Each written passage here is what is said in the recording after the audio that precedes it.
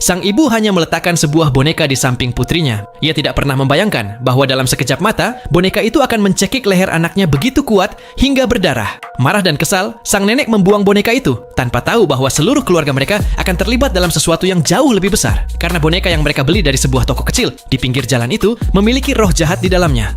5 tahun berlalu begitu saja. Putri Yesi kini sudah besar. Semua orang sudah melupakan boneka yang tergeletak di ruang penyimpanan. Tetapi suatu hari, sebuah kelereng menggelinding sampai ke ruang rongsokan dan putrinya membawa boneka itu keluar lagi. Bagian yang aneh adalah, pada 5 tahun yang lalu, boneka itu berambut pendek, tetapi sekarang rambutnya panjang dan tebal. Bahkan kukunya pun tumbuh panjang. Yesi tidak terlalu memperhatikannya, karena putrinya terlihat sangat senang bermain dengannya. Namun perlahan, perilaku gadis itu mulai aneh, seperti ada orang lain yang mengendalikannya. Kemanapun ia pergi, ia selalu membawa boneka itu bersamanya. Yesi benar-benar stres dibuatnya. Suatu malam saat Yesi tidur, sesosok bayangan menyelinap diam-diam ke kamarnya dan naik ke tempat tidurnya tanpa membuat suara. Yesi terbangun dengan ketakutan. Sekarang dia yakin ada yang sangat salah dengan boneka itu.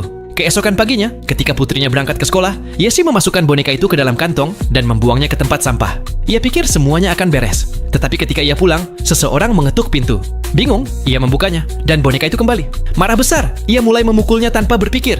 Ketika akhirnya ia berhenti dan melihat lebih dekat, ia menyadari bahwa yang ia pukul sebenarnya adalah putrinya. Ia membeku karena terkejut. Kemudian ia menyadari bahwa itu semua hanyalah mimpi. Namun detik berikutnya, ia mendengar ketukan yang sama dan tak asing lagi. Panik, ia membuka pintu dan boneka itu sedang duduk di sana. Ternyata, Yesi tidak memisahkan sampah dengan benar. Jadi petugas kebersihan mengembalikan boneka itu.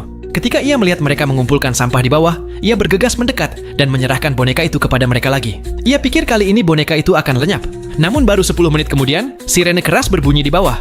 Yesi segera merasa ada yang tidak beres. Ia lari ke bawah dan melihat truk sampah mogok dan salah satu kaki pekerja terjebak di mesin. Saat Yesi sedang menatap pemandangan itu, putrinya tiba-tiba muncul dari balik tirai sambil memegang boneka yang sama. Sepertinya boneka itu tidak akan membiarkan mereka tenang. Keesokan harinya, putrinya tiba-tiba ingin bermain petak umpet. Yesi dengan enggan mulai mencarinya. Kemudian, ia melihat bekas telapak tangan kecil di mesin cuci. Sebelum sempat ia mengetahuinya, putrinya terpeleset di dekat mesin. Untungnya, ia hanya mendapat beberapa goresan. Melihat semua ini, suami Yesi berkata bahwa Yesi juga perlu diperiksa. Laporan menunjukkan ia menderita depresi berat. Suaminya mengatakan ia harus tinggal di rumah sakit untuk sementara, tetapi Yesi punya satu syarat. Boneka itu harus segera dibuang. Ia yakin setiap hal buruk yang terjadi karena ulah boneka itu.